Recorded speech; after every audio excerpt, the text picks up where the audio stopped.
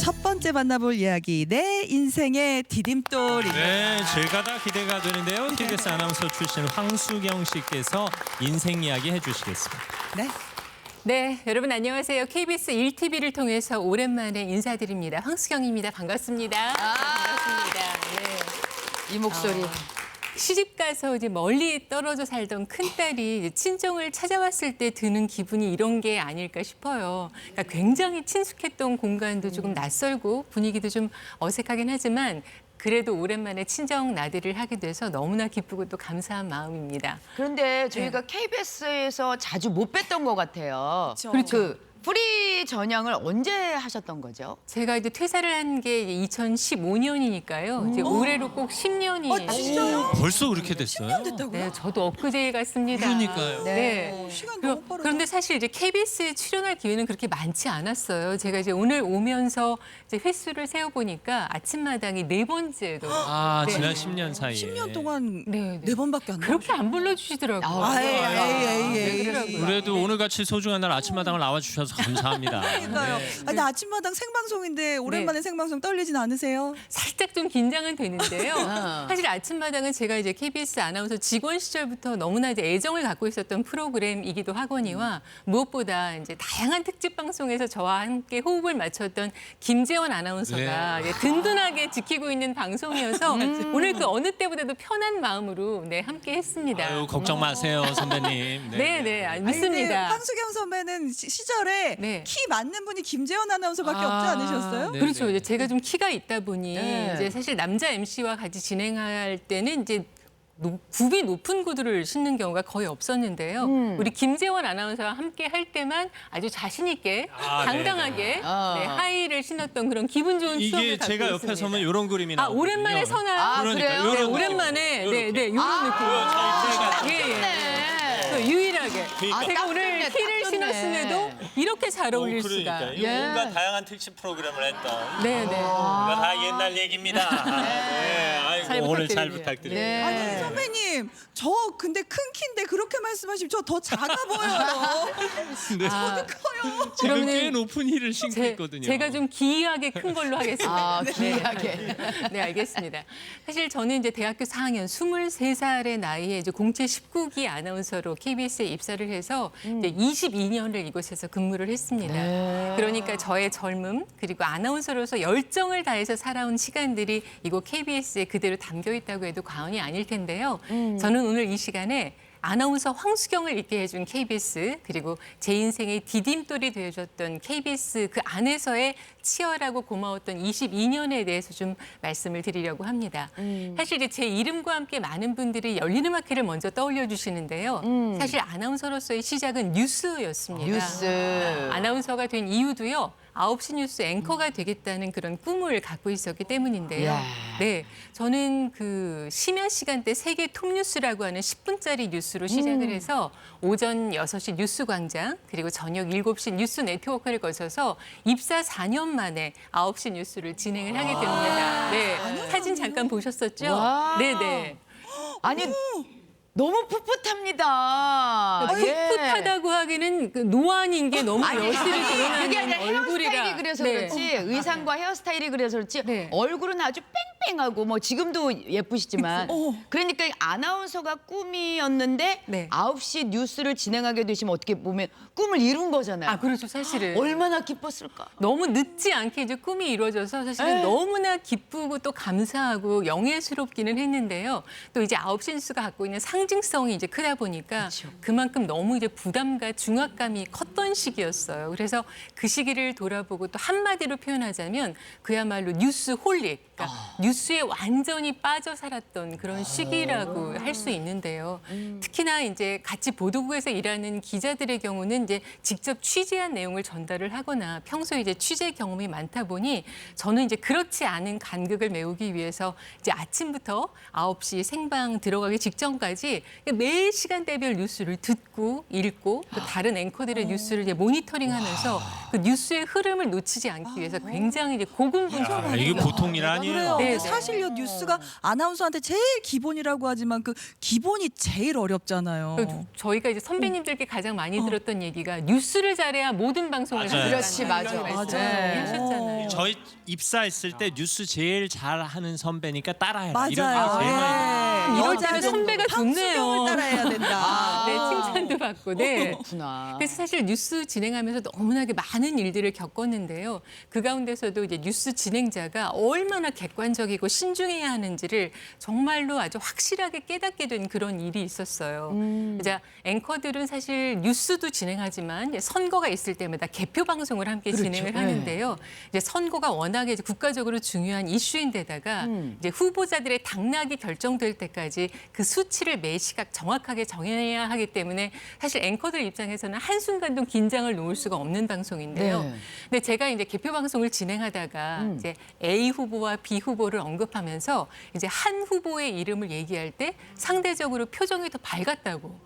그 표정을 보니까 이 후보를 지지하는 것 같다고 항의 전화를 하시고 어머나! 그럴 수 있어요. 진짜 그럴 수 계셨어요. 있어요. 네, 아니 네. 네. 표정을 그분이 보시고서 표정을 보시고? 아니 그런데 A 후보와 B 후보를 얘기할 때 A 후보는 이렇습니다. B 후보는 이렇습니다. 이렇게 표정을 뭐 극명하게 하는 표현하지는 경우가 않으셨을 사실은 텐데. 거의 없죠. 왜냐하면 근데- 이제 그러였을 텐데. 근데 그 시청자는 네. 그걸 느끼셨다는 거 아니에요? 그렇죠, 그렇죠. 야 이거 너무 애매한데요. 아주 미묘한 네. 거에도 아주 그런 미묘한 거 느낌을 다들 이제 받으시는구나. 공감하시겠지만 이제 시사나 보도 프로그램 같은 경우는 내용이 민감하다 보니까 보통은 이제 감정을 자제하고 담백하게 진행하는 경우가 많고요. 또 특히나 이런 경우 같은 경우는 A 후보, B 후보의 그 소개하는 멘트 길이까지 맞추고 또 예를 들어서 인터뷰를 하게 됐을 때는 질문의 개수나 그 후보에 대해서 할애하는 시간까지도 적절하게 배분하는 게 그렇죠. 보통이거든요. 근데 그러다 보니까 저로서는 굉장히 억울하고 어이없는 경우였지만 그러네. 그럼에도 이제 뉴스 진행자가 뉴스를 진행할 때 그리고 어떤 보도 프로를 할 때 이 표정 하나 그리고 단어 하나도 얼마나 신경 쓰고 조심해야 하는지를 예. 너무나 확실하게 느끼게 해주고 또 배우게 해준 그런 경험이었죠. 네. 네네. 그리고 뉴스만큼이나 제가 방송에 그 큰 영향력을 절대적으로 느끼게 해준 프로그램이 바로 VJ 특공대입니다. 네, VJ 특공대 많이들 특공대. 보셨죠? 정말 많이 봤죠. 네네네. 우리가 웬만한 맛집은 VJ 특공대 보고 찾아갔어요. 그 시절 네네. 맞아. 네. 정말 아, 화제의 진짜 프로 최고의 VJ 특공대 프로였지. 우리 황수경 선배님이 진행했을 때 그 영상 저희가 볼까요? 있어요. 오, 네네. 그럴까요? 보겠습니다. 네. 네. 3월이 시작됐습니다. 입학이다, 첫 출근이다 해서 옷차림에 여간 신경 쓰이는 일이 아닐 텐데요. 가족들과의 시간보다 낚시가 지금이 더 더 젊어 좋다는 보이시는 그러니까 그러네요. 남편들로 그러네요. 가득한 비닐하우스 낚시터. 그곳에선 과연 어떤 일들이 벌어지고 있는지 VJ 특공대가 찾아가 봤습니다. 하나의 보나로 자리 잡길 기대해본다.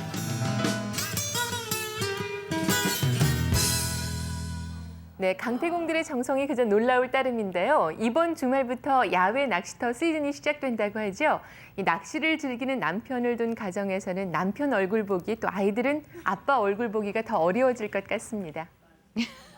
네, 네, 잘 봤습니다.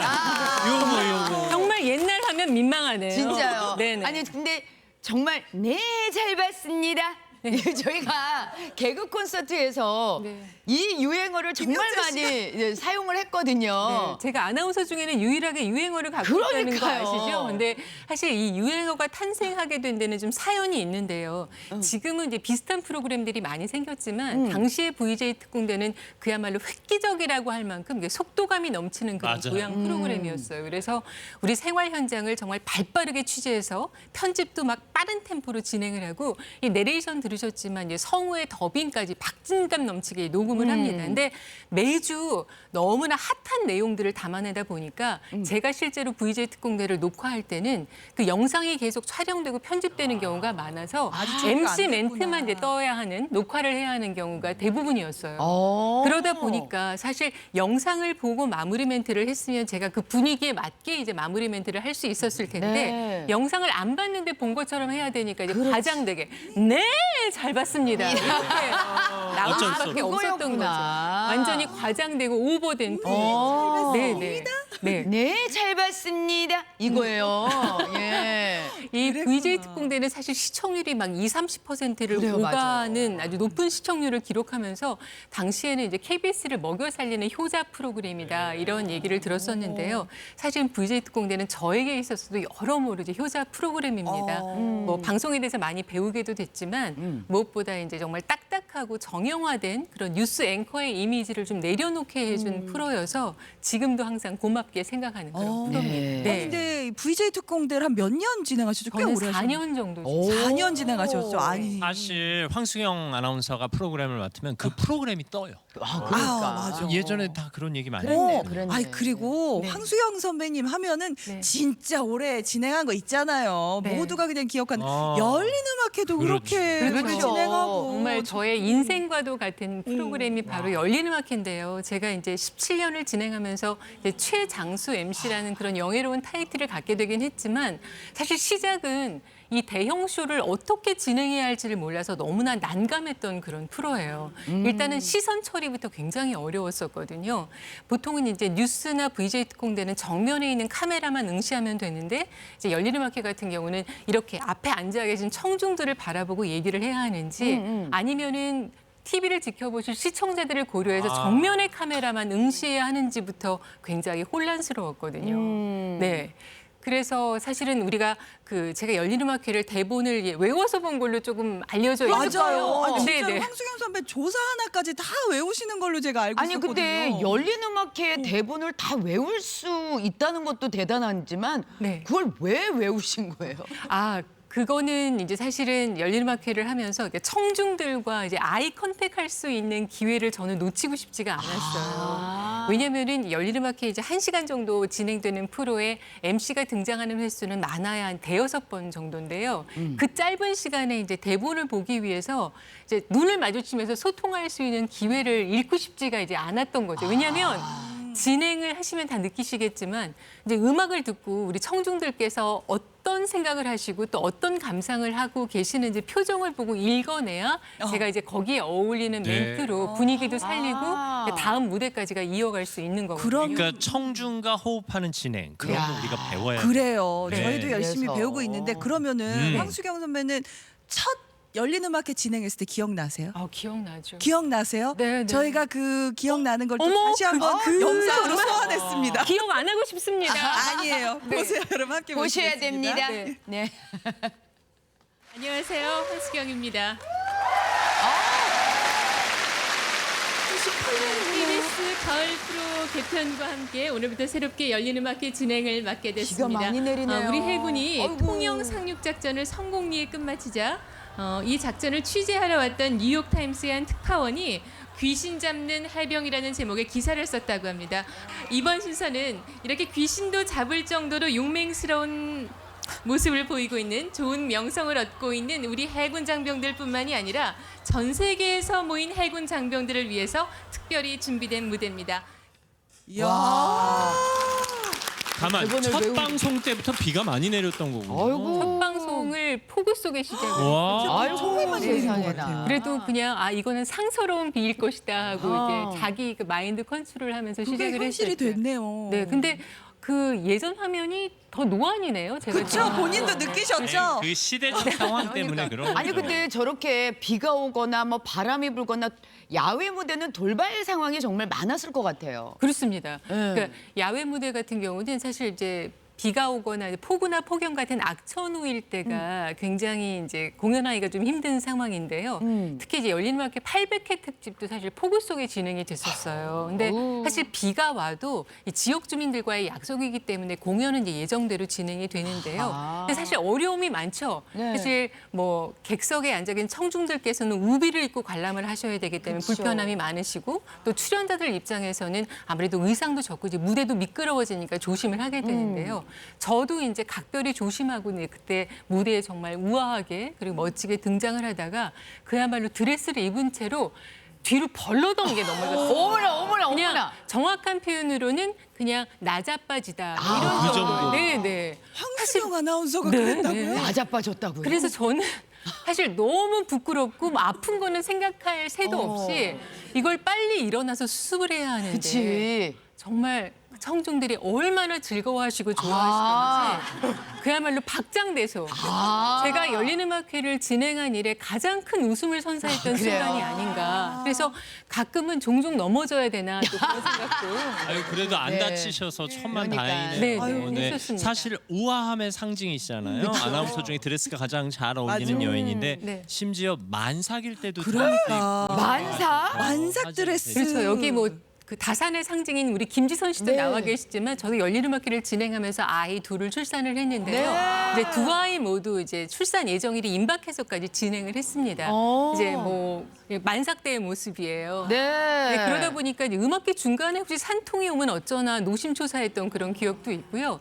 사실 뭐 사진으로 잘 보이진 않지만 이제 제작진들이 그 부른 배를 꽃으로 가려주셨고. 네. 아, 예. 근데 드레스는 또 맞는 게 없어서 뒤쪽을 다 터서 입었습니다. 편하게. 네.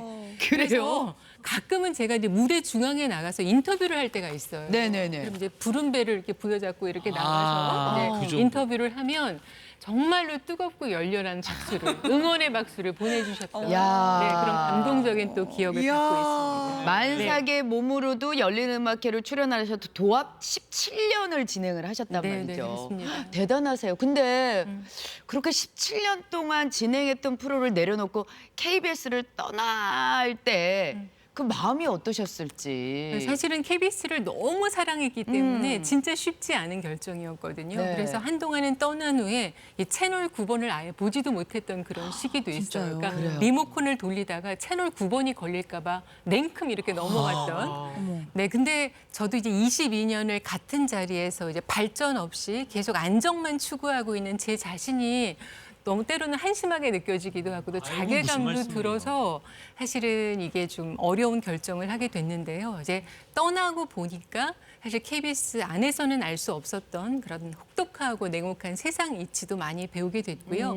또 제가 스스로 저의 경쟁력이라고 생각했던 것들에 대해서 좀 냉정하게 평가를 받는 그런 시간이었다고 생각을 해요. 그러니까 예를 들어서 저는 방송 대본을 미리 받고 다 숙지를 해야 이게 마음이 편하게 네. 방송에 임할 수 있는 사람인데 네. 어디 프로그램이 그런가요? 그 대본 없이 진행되는 경우도 많고 그렇죠. 그러다 보니까 막 즐거워야 할 예능에 걱정을 한가득 안고 이제 출연했던 적도 많고 또 열린음악회를 오래 진행하면서 단 한 번도 사실은 음악회 무대에서 제가 노래를 했던 경험은 없는데 아, 네. 예. 또 프리라는 이유로 안 되는 노래를 방송에 나가서 이제 여러 번 했습니다.